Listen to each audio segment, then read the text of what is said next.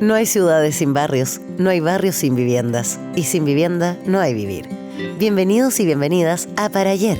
Grandes voces de la política, el arte, las empresas y la academia unen sus puntos de vista sobre la vivienda y la vida en sociedad. Para Ayer, un programa de Déficit Cero y Radio Pauta. Conduce Sebastián Bowen.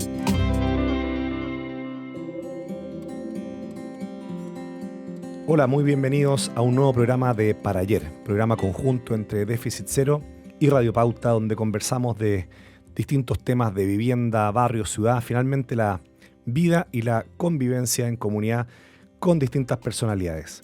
Soy Sebastián Bowen y el día de hoy conversaremos junto al periodista Humberto Sichel, actualmente presentador de Chilevisión Noticias, bueno, entre múltiples otros proyectos que nos podrá ir contando. Así que muchas gracias por venir hoy día, Humberto, a estar acá con nosotros. Gracias a ti, Seba. No nos veíamos harto tiempo. Hace harto tiempo, sí. Y tengo la posibilidad de desquitarme, porque tú me has entrevistado un par de veces sobre algunos temas. Te toca. Así que, oye, te voy a pedir algunos consejos ahí para la voz, porque estoy con la voz un poquito tomada, fruto de resfríos anteriores. Así que les pido disculpas por el audio. Está bien. Hoy día ya es cada vez más común. Es verdad.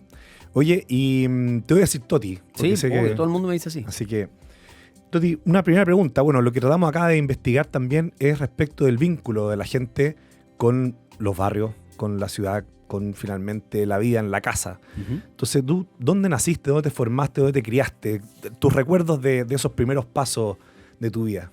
Como a modo resumen, nací en una clínica que ya no existe, que se llama Clínica Grecia, que estaba en la calle Crescente Rasuris, en Ñuñoa.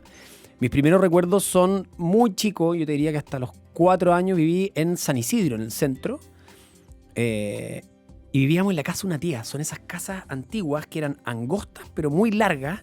Entonces, atrás de su casa había como una mini casa, ¿caché? Que era como un mini departamento, podríamos decir. Y ahí vivíamos con mi papá y mi mamá, yo soy el hijo mayor, la tía Eliana. Mira. Sí, y Hernán. Y ahí vivíamos y fueron mis primeros años, muy chico. Tengo recuerdos vagos, pero bonitos también. Al frente había una plaza y atrás de esa plaza había una comisaría. Y yo, como me imagino era bueno para hablar, sigo siendo, me hice amigo como de la gente de la plaza, ¿cachai? Los vendedores, de los mismos carabineros que vivían en el lugar.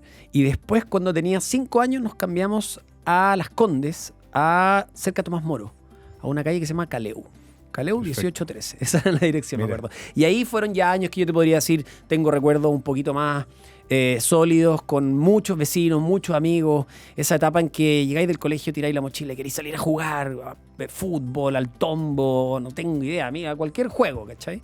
Y esa fue una etapa muy linda. Época en que todavía se podía jugar fútbol en la calle. Sí, y caché que tú jugabas y ponías, qué sé yo, 2 cuestiones o polerones como arco. Y me acuerdo que es auto, y significaba que pasaba pronto, sacabais todas las cosas, pasaba el auto y seguíais jugando.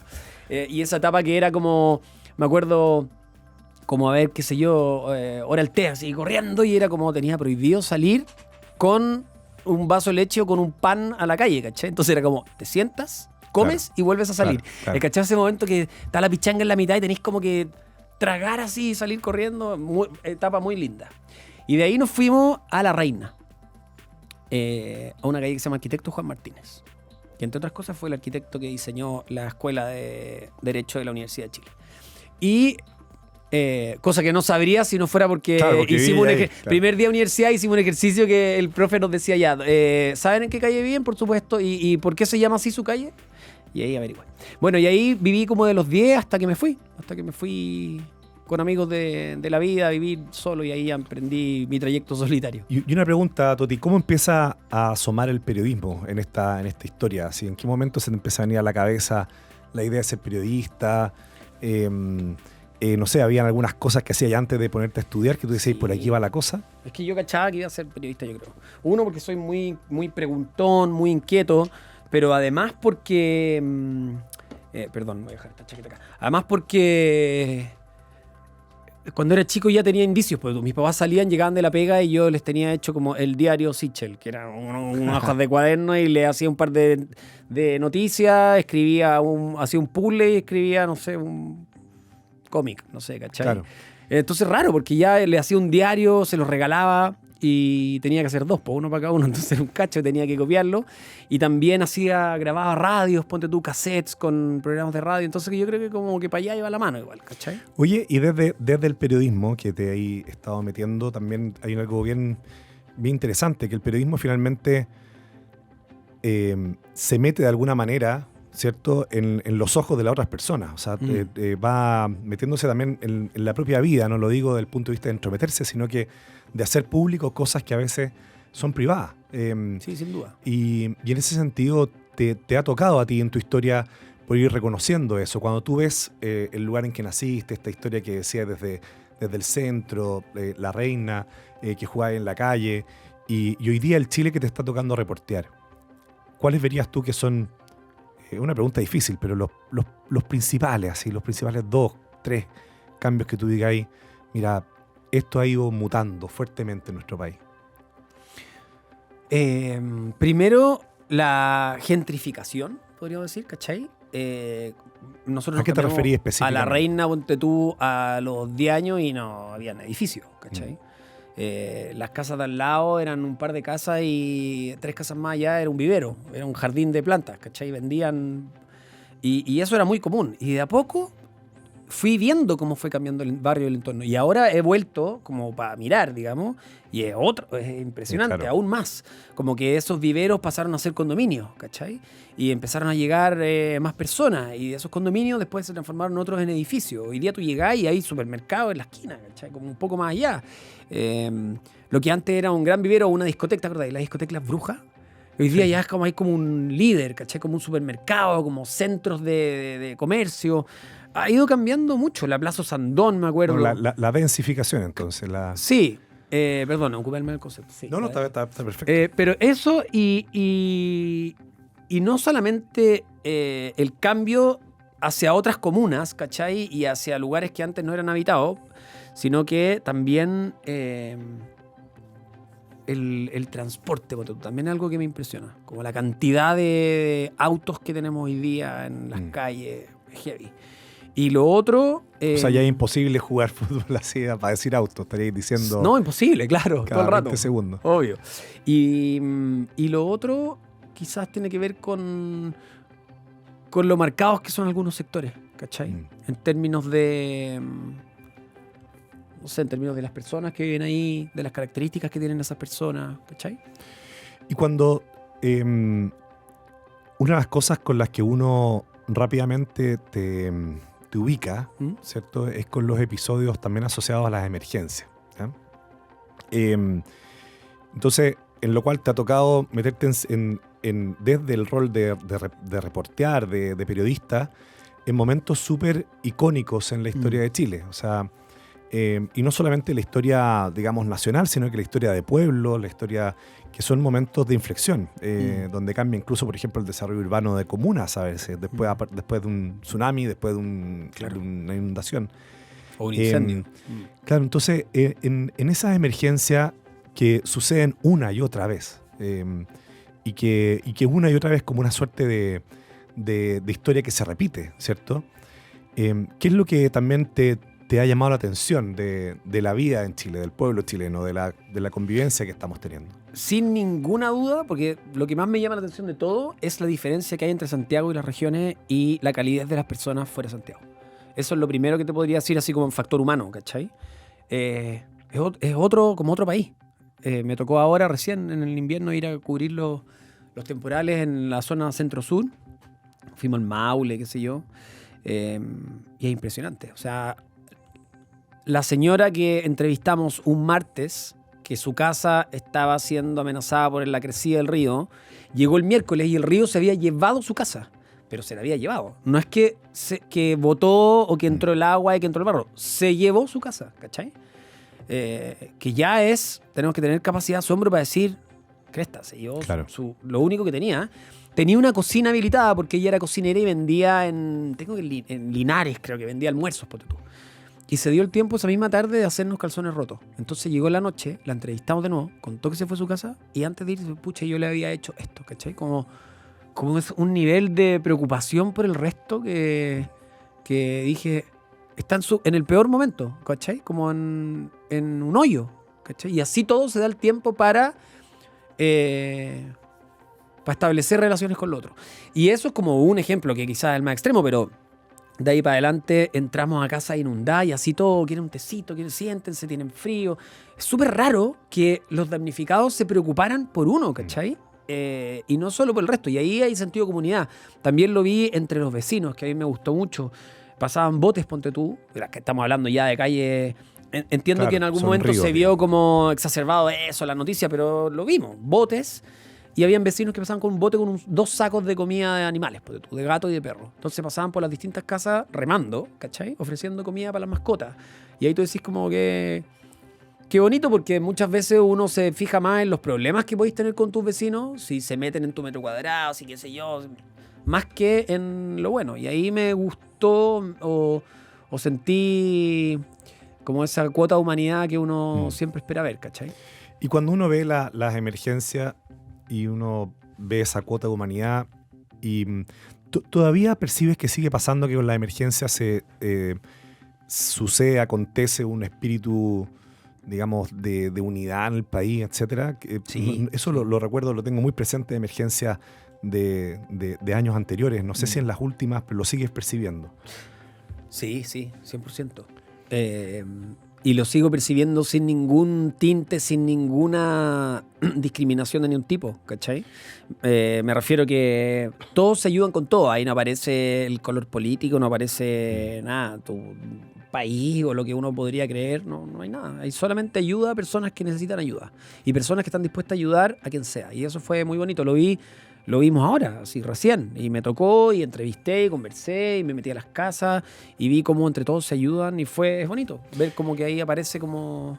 Y a nivel de autoridades, ¿percibes lo mismo en el fondo que se da con las emergencias? ¿Se da esa chispa también? Sí, pero más con la gente.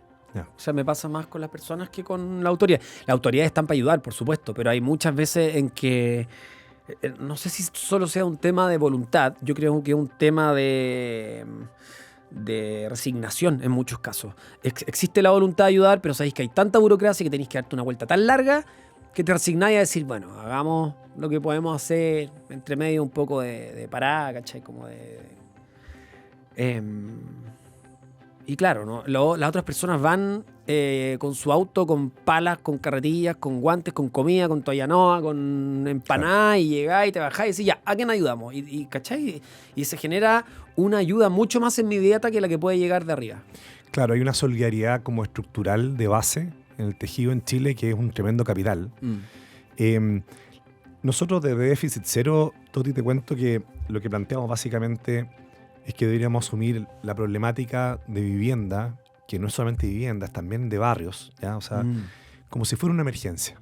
Entonces decir, bueno, mira, ¿qué es lo que pasa cuando hay una emergencia en Chile? Cuando hay una emergencia rápidamente se lista quiénes son los damnificados, ¿verdad? Luego se hace un plan a partir de eso, Claro. y se estructuran los mecanismos para poder atraer los recursos y hacer las obras que se requieran para esa reconstrucción. Entonces vemos más o menos lo mismo en este plano, sabiendo que no es únicamente un problema, sino que es también una tremenda oportunidad de impulsar el desarrollo inclusivo, ¿ya? La vivienda tiene un impacto muy fuerte en la salud, en la educación, en el crecimiento económico, Y entre el otras cosas. emplazamiento y el entorno donde está esa vivienda. Es clave. Por eso, ponte tú, a mí me pasa que decía, mientras llegamos a largo plazo, que yo entiendo para dónde va ahí, también hay cosas que podemos hacer en lo inmediato. Por ejemplo, necesitamos mejorar la seguridad de una zona, hay un lugar baldío, está botado, aparece la Fundación Mi Parque, y podéis decir, bueno, hagamos una plaza, construyamos una plaza que en el fondo sea un polo positivo para las personas que viven ahí, mientras se les busca una solución definitiva. Si también tenemos que entender, Claro. o lo que yo entiendo, es que es tanta la necesidad que no podemos esperar que todo cambie de un día para otro y que a todos les dé una solución inmediata, ¿cachai? Pero sí por lo menos hacer el diagnóstico y tener claro de cuánto se puede demorar tener esa solución. O sea, imposible mejor dicho. Y de hecho, la vivienda, por eso nos llamamos déficit cero y no déficit habitacional cero. Porque justamente, es decir, el principal déficit es el sentido de comunidad. Más que la habitacional, es el sentido de comunidad que tenemos hoy día en Chile. Entonces, ¿cómo lo puedes enfrentar con propósitos comunes, con sentido de emergencia, ¿cierto? Con trabajos conjuntos, como los que estáis mencionando? Y en ese sentido los barrios generan una cohesión social muy importante. Entonces, la pregunta que te hago es la siguiente. ¿Cómo traspasar ese sentido de unidad que se da con un acontecimiento específico, localizado, como una emergencia a raíz de una catástrofe, inundación, terremoto, lo que sea? Traspasar ese sentido a las emergencias sociales, digamos, más estructurales que tenemos hoy día en la sociedad y que implican ciertamente un trabajo más complejo de mediano plazo, en que se requiere ese mismo sentido, de alguna manera, de colaboración y unidad. Porque siento que aquí hay podemos hablar de miles de cosas, desde el sistema político que tenemos Total. hasta Sí. el periodo presidencial y lo que dura, porque probablemente tenemos que empezar a abocarnos a este tema como lo hacemos con otros tópicos, como el metro, por ejemplo. Cuando antes sabíamos que, y quitar la mezquindad política, cuando antes sabíamos que el metro estaba entrampado, era porque probablemente el presidente de turno sabía que si él ponía la primera piedra de la nueva línea del metro no iba a cortar la cinta. Y si el otro era del otro lado, iba a ser él el que se llevara los créditos. Y no lo iba a invitar a la inauguración. Todas esas cosas que no pasan en el barrio, tú decís, es mezquindad, ¿cachai? Gente con estrechez de corazón, ¿cachai? Entonces, al final, cuando tratáis de buscar esa otra salida, es decir, ¿por qué no enfrentamos este proyecto como hoy día estamos viendo el metro? De inaugurar líneas para que las personas tengan más tiempo para estar en su casa, para estar más con su familia, para no tener que estresarse transportándose 2 horas y media para llegar a la pega, pasarlo mal y después volver otras 2 horas y media, y que llegué a la casa tengáis que hacer tareas, cocinar y que elijáis vivir sano. O sea, no hay cómo, ¿cachai? Y ahí me da la impresión de que si pusiéramos el proyecto de viviendo a déficit cero, como decís tú, con la misma lógica, probablemente podríamos hacer que, teniendo un diagnóstico serio, bien hecho, no importa de qué color político sea el gobierno, sino que se vea como un proyecto a largo plazo y lo continuemos, ¿cachai? Claro, un proyecto Hoy día en que yo todos siento vayan que, ganando. por ejemplo, por eso te puse el metro, no sé si está bien puesto el ejemplo, pero yo siento que hoy día el metro es como, da lo mismo que el presidente, el metro es un bien para todos, a todos nos sirve, es un ejemplo para la región, que lo han demostrado ahora los Juegos Sí, Panamericanos, por ejemplo, que otros deportistas te dicen se pasó el metro, ¿cachai? ¿Por qué no lo abordamos de esa manera? En vez de ser mezquino y ayudar al favor político, que mira, hay que beneficiar al lugar de ahí, porque en esta región, que el alcalde, ¿cachai? Como que yo creo que eso es lo que finalmente a la gente y a las personas que necesitan una solución habitacional o qué sé yo, o el entorno, es lo que más les afecta, como que pierden la esperanza, ¿cachai? O disminuyen su esperanza. Y ahí, Toti, tú que estamos conversando con Humberto Sichel, tú que estás metido del mundo de los medios, ¿cómo dialogar eso que tú mencionas, que finalmente romper esa mezquindad, ¿cierto? Esa estrechez de corazón, que finalmente se vean las obras que a todos nos convienen, con la lógica tan propia de la actualidad mediática, en que es muy fácil también que la forma de traer rédito, traer audiencia, sea justamente lo contrario, sea la pugna, ¿cierto? Sea la polarización, que es algo que viene muchas veces más del mundo de las redes sociales y que se empieza a llevar también a los mundos más audiovisuales. Entonces, desde tu rol de periodista, ¿cómo vives con esa tensión? Es súper incómodo, uno tiene que cuidarse mucho constantemente de lo que dice y lo que omite, ¿cachai? Pero siento que también uno, como en todas las causas difíciles, necesitáis líderes, ¿cachai? Necesitáis personas que vayan más allá de, exagerando la nota, más allá del bien y el mal, más allá de lo que te van a decir, ¿cachai? Como ir seguro, y para eso yo creo que tienes que tener como aval un estudio, un diagnóstico serio, bien hecho, acabado, que genere consenso, que no llegue una persona de una vereda y que después del otro le diga que está mal. Incorporar expertos, ver cuál es el diagnóstico, cuántas viviendas faltan, cómo podemos arreglar esto, cuánto tiempo, 1, 2, 10, 20, 30 años, 50 años, ok, ¿cómo vamos a avanzar para allá?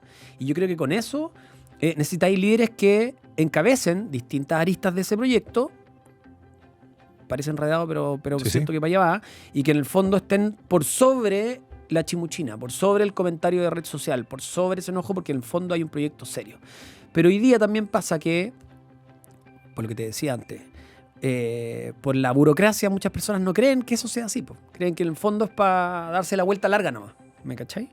Y creo que ahí hay varios factores, entre ellos también sentir una ayuda inmediata, porque hay que separar lo importante y lo urgente, ¿no? Hay un tema importante como el que estamos hablando, que es como una llegar a obra de déficit cero. confianza se le llama, de hecho, en algunos programas. Claro, Como pero una- lo urgente tenéis que solucionarlo rápido. O sea, si tú estás yendo a cubrir un incendio forestal en un cerro Valparaíso y casas quedaron hechas literalmente brasa, tenéis que llegar con ayuda inmediata. Y no con un bono penca, un bono que es como insignificante para esas personas, sino que da una solución real. Te vamos a reubicar o vamos a limpiar acá y vamos a ubicarte lo más pronto posible mientras ocurre lo que estamos hablando, que es un tema, yo creo que es un proyecto país, lo que tú me estás contando acerca de la vivienda. Me encanta que opere, que funcione, que existan ideas como esta, pero... Tú necesitas algo inmediato, algo sí, pues, porque esto es una idea que uno Mm. tiene que entender. O sea, cualquier persona como con sentido común entiende que esto es un proyecto a largo plazo. No es que lo vayamos a solucionar en 1 o 2 gobiernos, ¿cachai? Pero mientras eso ocurre, sí, como somos un país que... Estoy hablando con un amigo acerca del precario equilibrio. Que existe una línea de flote, ¿cachai? Que es como mide la línea de pobreza. 500 pesos más, 500 pesos menos, dejaste de ser pobre. Y uno sabe que no es así. Claro, Que hay multidimensionalidad en las cosas, ¿cachai? Entonces aquí es lo mismo. O sea, ese equilibrio precario entre decir como hoy día tengo casa, estoy bien, tengo mi casita, la he hecho hace mucho tiempo, un incendio se te fue. Y no tenéis espalda, no tenéis línea de crédito, no tenéis banco, no tenéis capacidad crediticia, no tenéis nada, tenéis cero. Entonces, Esa a fragilidad. esas personas es ese equilibrio precario el que hay que estar dispuesto a subsanarlo rápido, ¿cachai? Cuando a la señora que conocimos en el sur, se la lleva a la casa al río, estaba...